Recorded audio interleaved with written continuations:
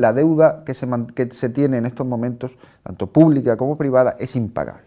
Los bancos europeos, los gobiernos europeos y el gobierno español y los bancos españoles saben que la deuda española es impagable.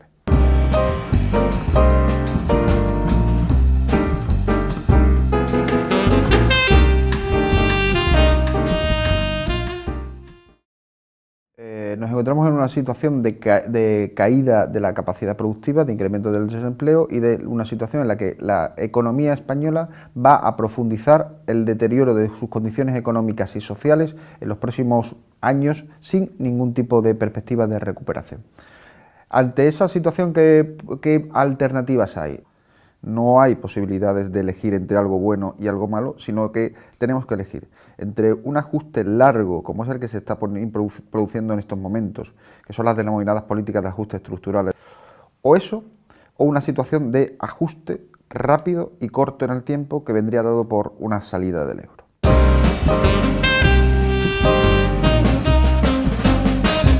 Una salida del euro provocaría, de entrada, un ajuste muy importante como en las condiciones económicas. Lo vemos cada vez que se ha producido una alteración en la moneda, ¿no? en el régimen monetario de un país. Ese escenario tiene consecuencias graves desde el punto de vista político, pero es que el otro no las tiene menores.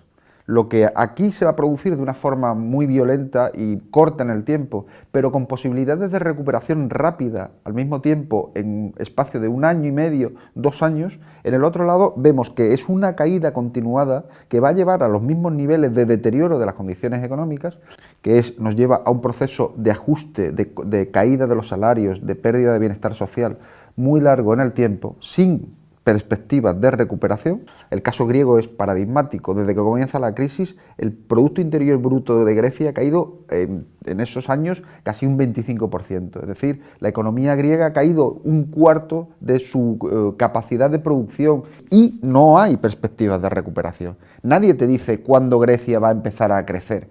Y cuando te dicen cuándo, y si aventuran una cifra, no dicen que la cifra que aventuran es cuándo van a poder empezar a tener un superávit fiscal que le permita hacer frente al pago de la deuda con solvencia. Van a tener más ingresos que gastos fiscales, pero no te dice cuándo van a empezar a remontar en las condiciones económicas.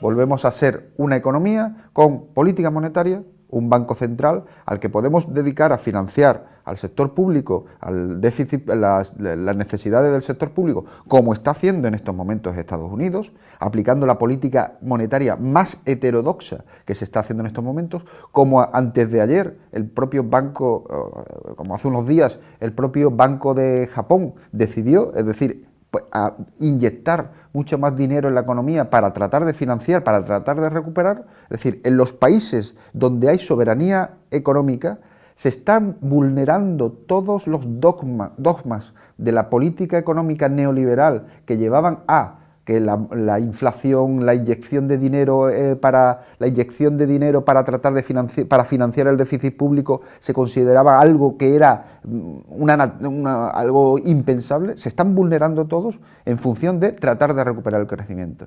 En el caso de la Unión Europea vemos evidentemente, y de la zona euro en concreto, vemos que eso no está ocurriendo y esa es la posibilidad que tendremos en el otro lado. Es decir, recuperar soberanía sobre los instrumentos de la política monetaria, recuperar soberanía sobre la política fiscal, el déficit dejaría de ser, el objetivo de déficit dejaría de ser algo impuesto externamente, desde fuera, externamente, por autoridades con muy poca, y en algún caso ninguna legitimidad democrática, y sería una decisión nuevamente de los parlamentos y del gobierno nacional. Todo eso te permite que tras el impacto inicial sobre la economía haya posibilidades de recuperación a largo plazo. Y en los casos en los que ha tenido lugar ese impacto, vemos cómo eso es así. En 1 año y medio, 2 años, esas economías están recuperando muy rápidamente el impacto negativo que habían tenido sobre su PIB, sobre su Producto Interior Bruto, y creciendo a unos ritmos muy significativos, con ventajas añadidas. y es decir, que recuperas tejido productivo. Desde el momento en que recuperas las futuras pesetas, por ejemplo, los productos de fuera se hacen mucho más caros y entonces tienes que empezar a producir al interior. Y eso te permite recuperar ese tejido productivo que durante todos estos años del euro, no solo por la competencia que se produce a nivel europeo, sino por la apuesta por el mercado inmobiliario en España, se han desmantelado.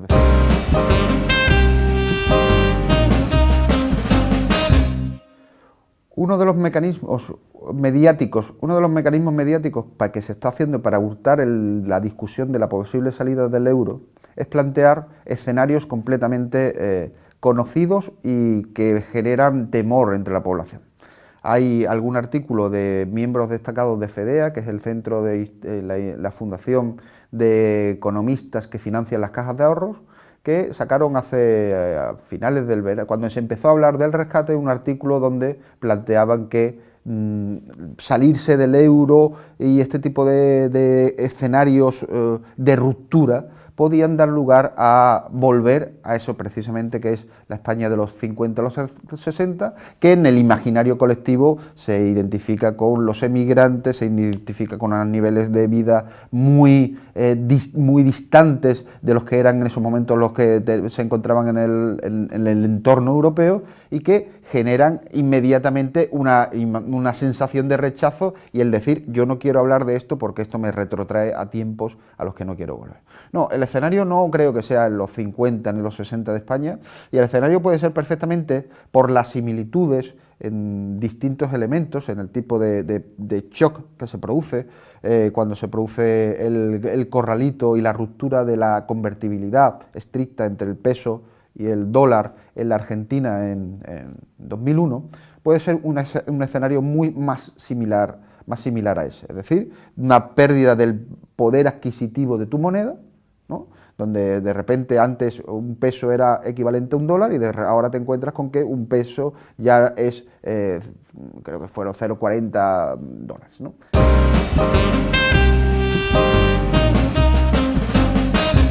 Inmediatamente se plantea, cuando se habla de la ruptura del euro, es que se te cierran los mercados financieros internacionales. Bueno, ¿y qué? Si tienes un banco central que inmediatamente puede ponerse a inyectar dinero en la economía y financiar al sector público, mientras que vuelves a recuperar presencia en los mercados financieros internacionales. Creemos que los mercados financieros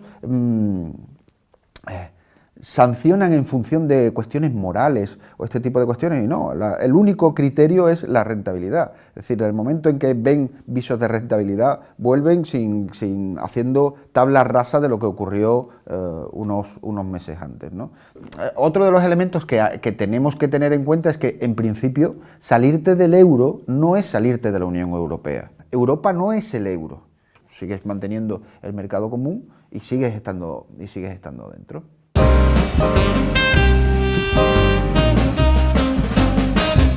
Sí, uno de los problemas que además debemos ser conscientes es que la deuda que se tiene en estos momentos, tanto pública como privada, es impagable. Eso lo saben las autoridades españolas y lo saben las autoridades europeas. Todo el mundo sabía que la deuda griega es impagable y que en algún momento se iba a tener que producir una reestructuración de esa deuda, un alargamiento de los plazos, una reducción de los tipos de interés, algún tipo de... y una parte de quita, es decir, bueno, hay parte que no vamos a poder recuperar, por lo tanto eliminémoslos del tipo de la deuda. A España le ocurre exactamente igual. Los bancos europeos, los gobiernos europeos y el gobierno español y los bancos españoles saben que la deuda española es impagable. Entonces, lo que se hace con los planes de rescate y demás, lo que se hace es alargar en el tiempo el momento en el que la insolvencia de la economía española se planta como un problema y en el que hay que sentarse a una mesa y decir, la deuda no la podemos pagar, ¿cómo lo arreglamos? En ese momento de debilidad de la parte deudora, de que ya no puedo pagar, por lo tanto me siento a ver cómo lo arreglo con los acreedores y demás, pues en el momento en el que se produce la reestructuración y la quita. Pero todos saben y sabemos que la deuda española es impagable y que ese momento va a llegar a producirse. Es uno de los escenarios que se nos va a presentar en cualquier momento. Es pecar de ingenuidad el no saber que eso se va a ocurrir y que, por lo tanto, hay que estar preparados para ese momento e incluso buscar negociaciones en posiciones más solventes y de más capacidad de negociación.